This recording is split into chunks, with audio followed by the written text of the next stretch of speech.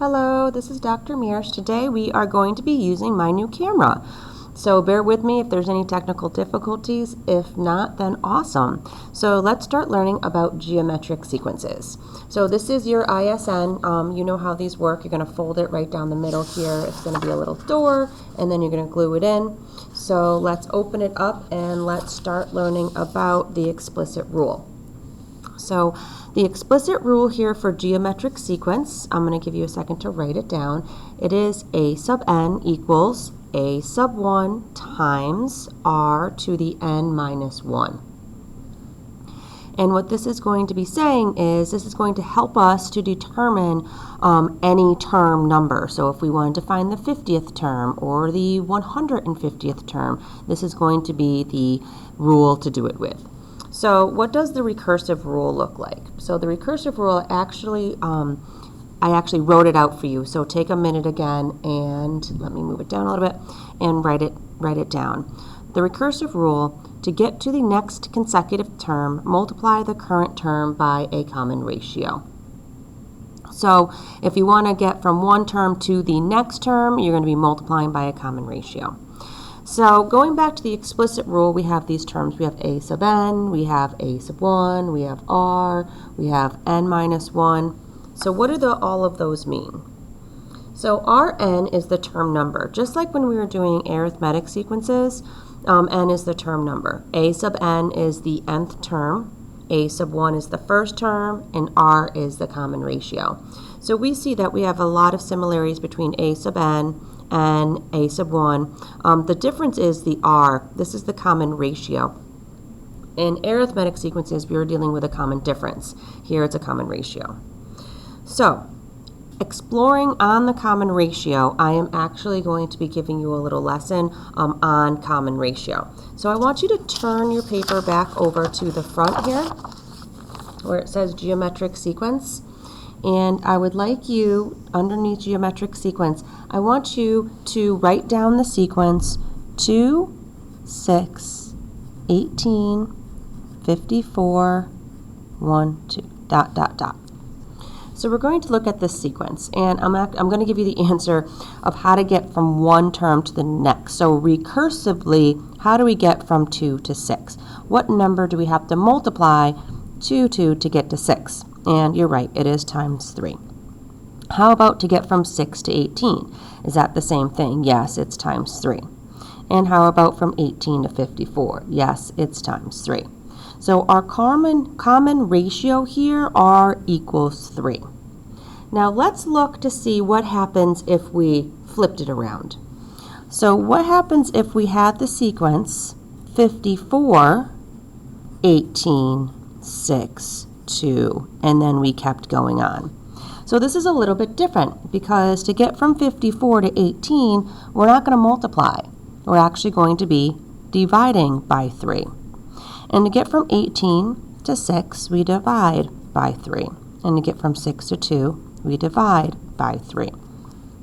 And we can't write out the r as 3 because if we wrote r equals 3, then that would be telling me we're multiplying by 3, but we're not. We're actually dividing. So how do you write your r? What does that r look like? Well, really, from getting from 54 to 18, we're doing 54 divided by 3. That's what it looks like. So 54 divided by 3 does equal 18. All right. That still doesn't help us be able to write what our r is going to be. So let's pull this apart. Let's put it into fractions. 54 over 1 times, now we know we're dividing by 3, so the 3 is going to be in the denominator. So it's really times 1/3. So it's 54 over 1 divided by 1 times 1 divided by 3. Because when you actually multiply this, you get back to 54 over 3. So when you are dividing by 3, you're really multiplying by 1/3. That's really what we're doing. So in order to write our r here, r is going to equal 1/3. So when we're multiplying by a common number, we're going to be doing r equals 3. When we're dividing by a common number, we have to turn it into a fraction. So here r equals 1/3. So that's going to be the difference between whether we're multiplying or whether we're dividing with our common ratio. So let's look to see what this would look like in an example. So flip your paper back over. And we are going to be looking at the example 2, 6, 18. Oh, looks very familiar. The next one would be what? 54, correct? Because we just did that example and kind of set you up there. So let's first find our common ratio, which we just did. It is times 3, so R does equal 3. Let's also find our A sub 1. A sub 1 is our first term here. The first term that we see is 2, so this is going to be 2. So we have the two things that we need to write our explicit rule. So we are going to be using the explicit rule to find the 6th term.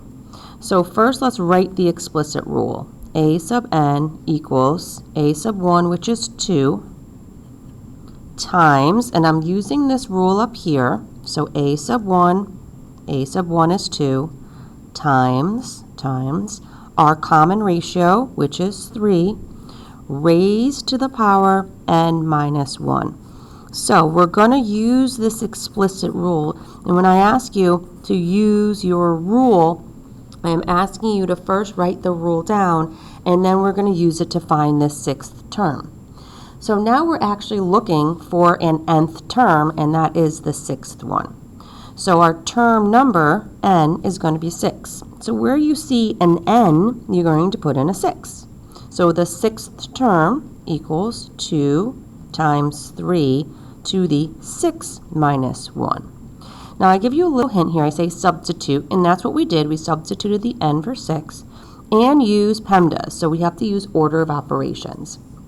So let's go and do that so that we can find what our 6th term here is. So A sub 6 equals, we are going to be doing 2 times 3, parentheses, 6 minus 1 is 5. So there's where that was our parentheses. The next is exponent. We have this 3 to the 5th. So that means 3 times 3 times 3 times 3 times 3. So that's going to be 2 times 243. So 3 to the 5th is 243. So simplifying that, 2 times 243 is 486.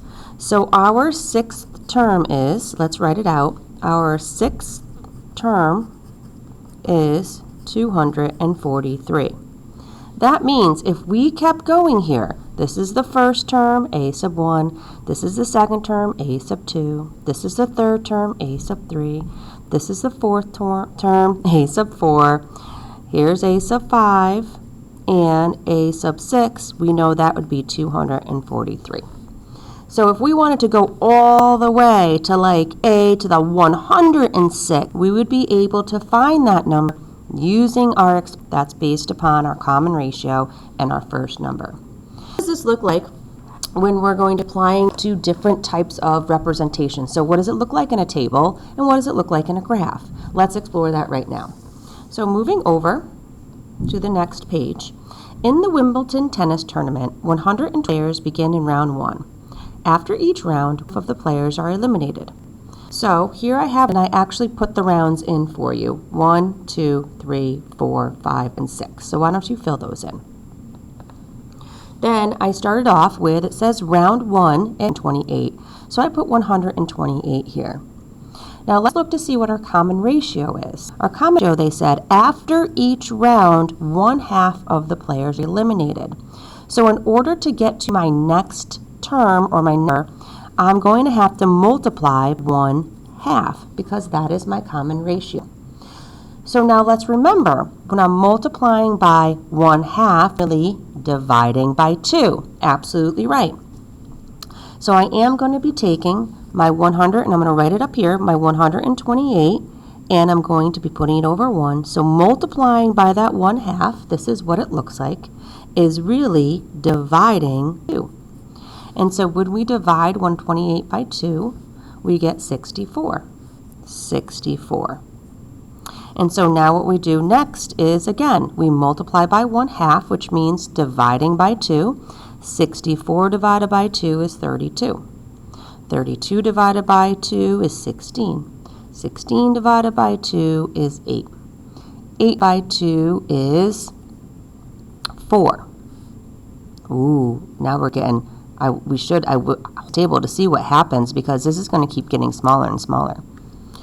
Okay, recursive words. So how did we get from one term to the next? So recursive means reoccurring.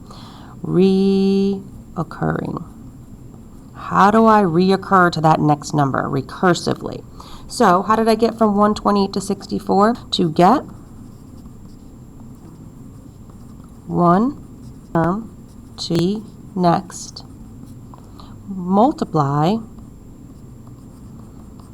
by the common ratio of 1/2. And if you would like to say this, therefore divide by 2. You can say that as well. Absolutely fine. So why don't you pause and take a second to write everything down, and then I'll be back. Okay, welcome back. What does this look like on the graph? Arithmetically, it looked, when we did it, it was a straight line pattern. I'm wondering what geometric would look like. Is it going to give us a straight line pattern? So let's graph it. Here you see that it's the round, so x-axis is the round here. And players, and I know I skipped the explicit rule, we are going to be coming back to that, don't worry. And the going to be the y, so the round is the x and the players are the y.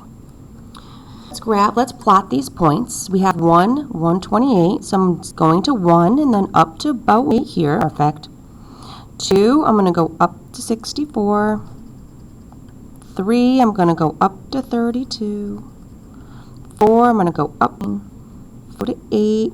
Ooh, 6, I'm going to go to 4. Wow, this totally doesn't look linear. What this looks like is it starts off, I'm like, oh, look, I can make a straight line, but then it kind of curves at the end. So this is definitely linear. It looks more what we call exponential. Okay, explicit rule. What does the explicit rule look like? Well, let's write down a sub n equals a sub 1 times r to the n minus 1.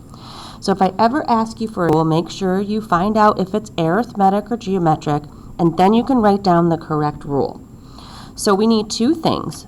First, we need the term here. We have to go to where x is 1 and y will be our first term, which is 128. Players we started with first. And this is going to be, sometimes we're going to have 0. We might have round 0, or we might have an x of 0, and a lot of people think this is their first term. You have to go to where the x is going to, and that first term will be your true first term that you use. So when we write our explicit rule, a sub n equals, our first term is that 128 times our common ratio, I'm going to put it in parentheses, is 1/2, and we just raise it to the n minus 1.